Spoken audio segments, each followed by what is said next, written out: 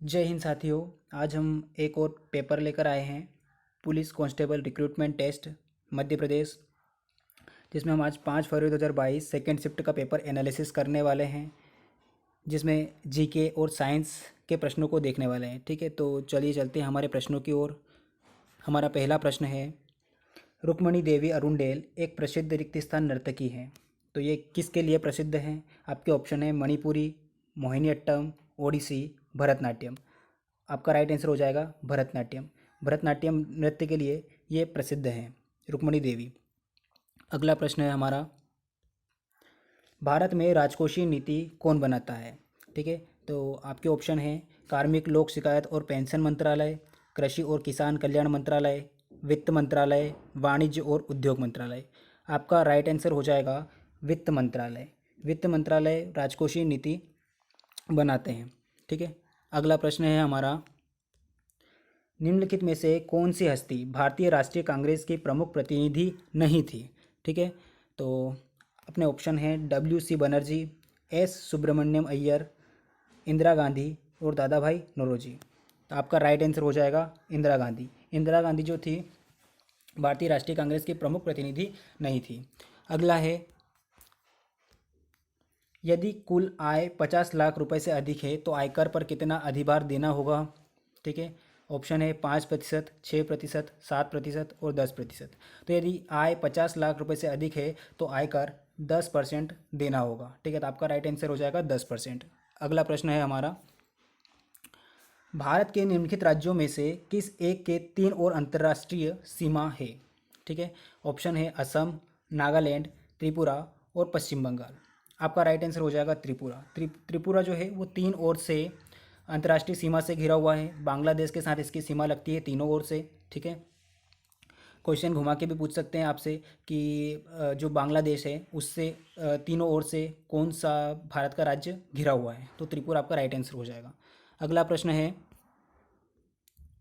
एशियाई तीरंदाजी चैंपियनशिप 2021 की मेजबानी किस देश ने की थी? ठीक है, तो बांग्लादेश ने की थी। बांग्लादेश की राजधानी यहाँ पे ढाका लिखा हुआ है। ठीक है, तो आपका राइट आंसर हो जाएगा ढाका। ठीक है, अभी जो 2023 की एशियाई तीरंदाजी चैंपियनशिप है वो ताओ युआन ने मतलब आयोजित की गई थी। ठीक है, ताओ युआन, इसमें भारत ने कुल 10 पदक जीते थे। कितने? 10 पदक जीते हैं भारत ने, जो 5 तो स्वर्ण है, 5 स्वर्ण, 5 स्वर्ण है, 4 रजत है, 4 रजत और 1 कांस्य है। ठीक है, एक जो है कांस्य है। तो भारत ने कुल 10 पदक जीते हैं एशियाई तीरंदाजी चैंपियनशिप में। ठीक है, अगला प्रश्न है, मध्य प्रदेश में होलकर क्रिकेट स्टेडियम की बैठक की क्षमता क्या है? आपके ऑप्शन है 20,000, 15,000, 30,000 और 35,000। आपका राइट आंसर हो जाएगा 30,000। ठीक है, अब होलकर स्टेडियम से IMP जो फैक्ट है वो याद कर लेते हैं। जो होलकर क्रिकेट स्टेडियम है वो इंदौर ज़िले में स्थित है, इंदौर में। ठीक है, इंदौर ज़िले में स्थित है। इससे पहले इसका नाम क्या था? तो महारानी उषाराजे ट्रस्ट क्रिकेट मैदान। ठीक है, महारानी उषाराजे, महारानी उषाराजे, उषाराजे ट्रस्ट क्रिकेट मैदान जो है इसका नाम था, और 2010 में इसका परिवर्तन हो गया और अब वर्तमान में क्या है? होलकर क्रिकेट स्टेडियम इसका नाम है। ठीक है, इससे रिलेटेड फैक्ट हो गए हैं। अगला प्रश्न है हमारा, अगला प्रश्न है, मई 2021 की खबर के अनुसार मध्य प्रदेश में 40 लाख रुपए की लागत से कितने खेलो इंडिया सेंटर खोले जाएंगे? ठीक है, तो 4 खेलो इंडिया सेंटर खोले जाएंगे। 10-10 लाख रुपए के एक एक होगा, तो मतलब 4 खोले जाएंगे। ठीक है, अगला ऑप्शन है, अगला प्रश्न है हमारा, बांदा तहसील के किस परगने को 1818 ईस्वी में अप्पाजी भोसले ने सौंप दिया था? ठीक है, तो जो बांदा तहसील है उसका जो धमोनी परगना था, ठीक है, धमोनी परगना, उसे अप्पाजी भोसले ने सौंप दिया था। अगला प्रश्न है, माना जाता है कि रिक्त स्थान, ठीक है, में अगर आगर मालवा, ठीक है, ये अगर नहीं है, आगर मालवा जिले के केवड़ा स्वामी भैरवनाथ मंदिर की मूर्ति स्थापित की गई थी। इसका राइट आंसर हो जाएगा 1428 ईस्वी में। ठीक है, 1428 ईस्वी में केवड़ा स्वामी भैरवनाथ मंदिर की मूर्ति स्थापित की गई थी। आगर मालवा से हम जो है फैक्ट याद कर लेते हैं कि इसका जो ये इसे जिला घोषित कब किया गया था, तो 16 अगस्त 2013 2013 में यह जिला बना था मध्य प्रदेश का। ठीक है, इसे जिला घोषित किया गया था। तो ऑप्शन आपको आ सकता है, क्वेश्चन आ सकता है कि आगर मालवा को जिला कब घोषित किया गया था, तो 16 अगस्त 2013 को जिला घोषित किया गया था। अगला प्रश्न है, स्थानीय लोगों द्वारा किस स्थान को तापसी मठ माना जाता है। ठीक है, तो मतलब स्थानीय लोग जो वहाँ निवास करते हैं उनके द्वारा उसे तापसी मठ माना जाता है। तो ऐसा कौन सा स्थान है, तो रूपनाथ धाम, विजय राघवगढ़ किला, बडेरा चतुर्युग धाम या फिर कम कंदला किला। तो आपका राइट आंसर हो जाएगा कम काम कंदला किला जो है उसे तापसी मठ, जो वहाँ के स्थानीय लोग हैं उसे तापसी मठ मानते हैं। अगला प्रश्न है, रिक्त स्थान मंदिर सप्तरथी शैली में वर्गाकार योजना पर बनाया गया है। ऑप्शन है श्री सीताराम बाबा का करागर, माता बाई माता माई मंदिर, पांडव की कचहरी, दिगंबर जैन मंदिर। आपका राइट आंसर हो जाएगा माता माई मंदिर, जो है सप्तरथी शैली में वर्गाकार योजना पर बनाया जा रहा है। अगला प्रश्न है, निम्नलिखित में से किसे तीर्थराज के नाम से जाना जाता है। ठीक है, ऑप्शन है अमरकंटक, ओंकारेश्वर, उज्जैन और महेश्वर। आपका राइट आंसर हो जाएगा अमरकंटक। अमरकंटक को जो तीर्थराज के नाम से भी जाना जाता है। ओंकारेश्वर किस लिए प्रसिद्ध है, तो ओंकारेश्वर में शिवलिंग है। ठीक है, ज्योतिर्लिंग है ओंकारेश्वर। दूसरा फिर उज्जैन, उज्जैन किस लिए प्रसिद्ध है, तो उज्जैन को मंगल ग्रह की जन्मभूमि भी कहा जाता है, मंदिर और मूर्तियों का नगर कहा जाता है और महाकाल की नगरी के नाम से भी जाना जाता है। इसके बाद महेश्वर, महेश्वर किस लिए प्रसिद्ध है, तो महेश्वर जो है साड़ियों की बनावट के लिए प्रसिद्ध है। ठीक है, महेश्वर साड़ियों की बनावट के लिए प्रसिद्ध है। अगला प्रश्न है हमारा, कौन सा यदि मध्य प्रदेश का सबसे उत्तरी जिला है। ठीक है, यहाँ पर इनसे क्वेश्चन मिस्टेक है, तो मध्य प्रदेश डायरेक्ट पूछ रहे हैं वो कि मध्य प्रदेश का सबसे उत्तरी जिला कौन सा है। ऑप्शन है शिवपुरी, छतरपुर, मुरैना, गुना। तो आपका जो मुरैना जिला है वो मध्य प्रदेश का सबसे उत्तरी जिला है। ठीक है, और जो शिवपुरी है वो दो राज्यों से सीमा साझा करता है, एक तो उत्तर प्रदेश और दूसरा राजस्थान। ठीक है, दो जिलों से सीमा साझा करता है शिवपुरी। ओके, और छतरपुर में क्या है, छतरपुर में खजुराहो है, खजुराहो के जैन मंदिर। ठीक है, आपको ये भी याद रखना है। अगला प्रश्न है हमारा,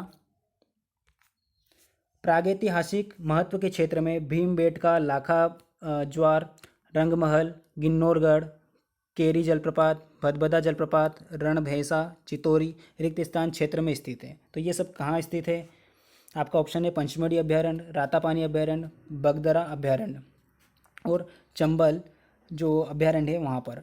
तो इसका राइट आंसर हो जाएगा रातापानी अभ्यारण्य, यहाँ पर यह स्थित है। ठीक है, और यह रायसेन जिले में स्थित है। अगला प्रश्न है हमारा,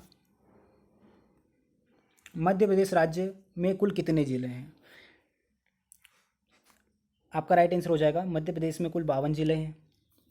ठीक है, 53वां जिला घोषित किया जा चुका है। ठीक है, तो अभी वर्तमान में 52 जिले हैं।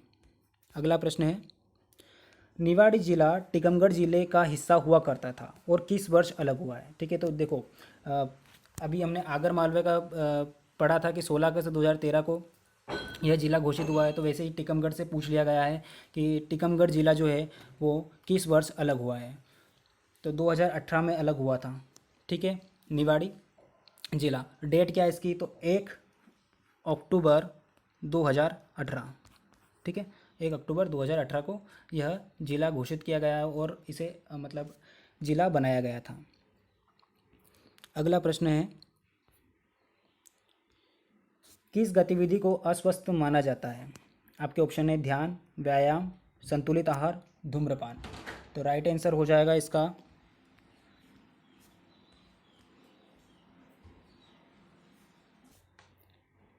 राइट आंसर हो जाएगा धूम्रपान।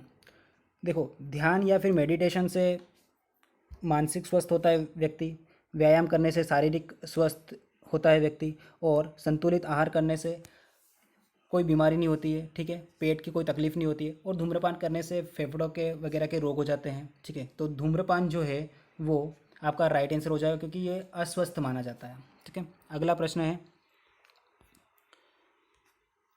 निम्नलिखित में से कौन विद्युत चालक नहीं है? ठीक है, आपको बताना है कि विद्युत का सुचालक नहीं है। गंधक, सीसा, मानव शरीर और पानी। आपका राइट आंसर हो जाएगा गंधक। जो गंधक है वो विद्युत का चालक नहीं होता है। ठीक है, विद्युत सुचालक नहीं है। अगला प्रश्न है, भूकंप के कंपन को रिकॉर्ड करने के लिए किस यंत्र का उपयोग किया जाता है? ठीक है, तो ये आपके लिए होमवर्क है। प्लीज़ कमेंट में ज़रूर जवाब दीजिएगा आपको अगर इसका जवाब पता है तो। ठीक है, और यहाँ पर ऑप्शन में है एनीमोमीटर। तो एनीमोमीटर का उपयोग किस लिए किया जाता है? हवा की गति और दबाव मापने में। ठीक है, हवा की गति और दबाव। और जो ये रिक्टर पैमाना लिखा हुआ है ये भूकंप की तीव्रता मापने वाला है। ठीक है, तो यंत्र है कि एक स्केल होता है और जिस पे मतलब अलग अलग जो अ, लिखे हुए रहते हैं। ठीक है, स्केल में जैसे रहता है 1 सेंटीमीटर 2 सेंटीमीटर, तो वैसे ही इसमें भी पैमाने लगे रहते हैं, जिससे जितना पैमाना बढ़ता जाएगा उससे उसका जो भूकंप की तीव्रता है वो कई गुना 10 गुना लगभग बढ़ती जाती है हर एक पैमाने बढ़ने पर। ठीक है, अगला प्रश्न है, विज्ञान की वह शाखा जिसका प्रयोग स्तन कैंसर के परीक्षण में किया जाता है? आपका राइट आंसर हो जाएगा मेमोग्राफी। ठीक है, मेमोग्राफी जो है स्तन कैंसर के परीक्षण में किया जाता है। माइकोलॉजी, माइकोलॉजी को कवक अध्ययन। ठीक है, कवकों का अध्ययन।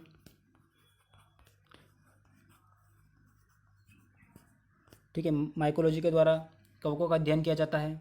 माइक्रोबायोलॉजी में छोटे छोटे जीवों को देखा जाता है। ठीक है, और जो ये मार्फोलॉजी है, मार्फोलॉजी में क्या होता है? मार्फोलॉजी में जीव जंतु और पेड़ों के रूप और संरचना या बनावट का वैज्ञानिक अध्ययन होता है। अगर छोटे शब्दों में देखा जाए तो आकृति विज्ञान। ठीक है, आकृति विज्ञान। आकृति विज्ञान जो है मार्फोलॉजी के अंतर्गत आता है। अगला प्रश्न है,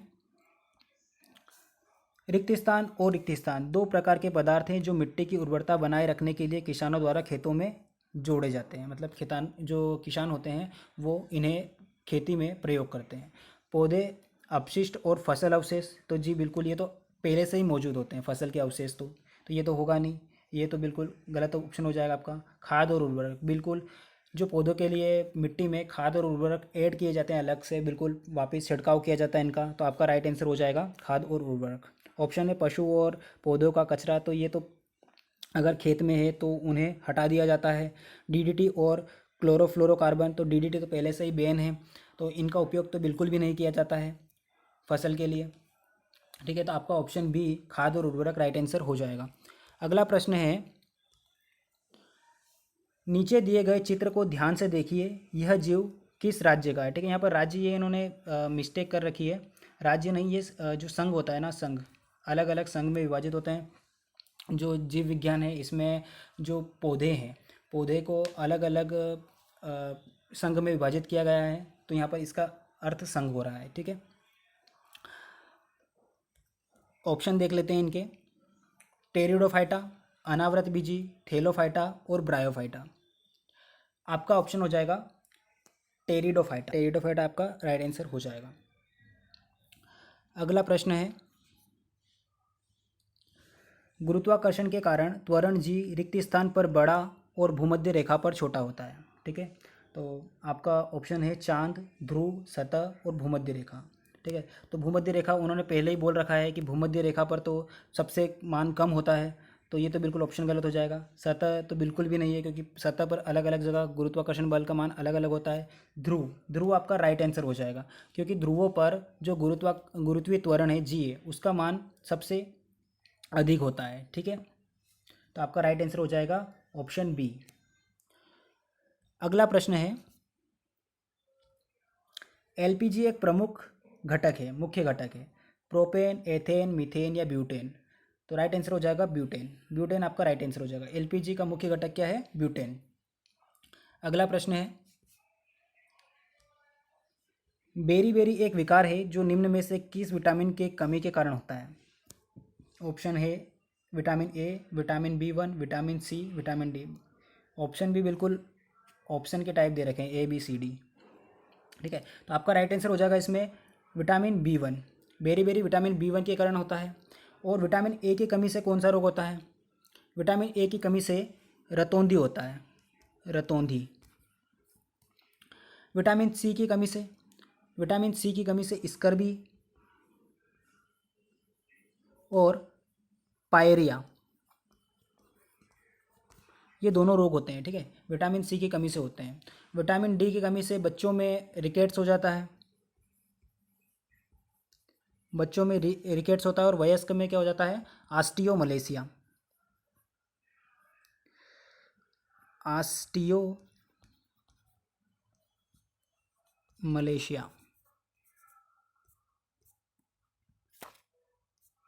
ठीक है, ऑस्टियोमलेशिया हो जाता है। अगला प्रश्न है हमारा,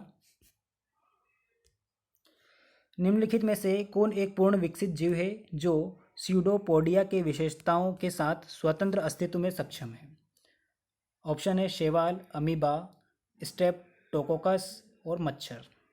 आपका राइट आंसर हो जाएगा अमीबा, ठीक है। अगला प्रश्न है, बेरियम की संयोजकता वैलेंसी है? ऑप्शन है 1, 2, 3, 4। आपका राइट आंसर हो जाएगा 2, ठीक है।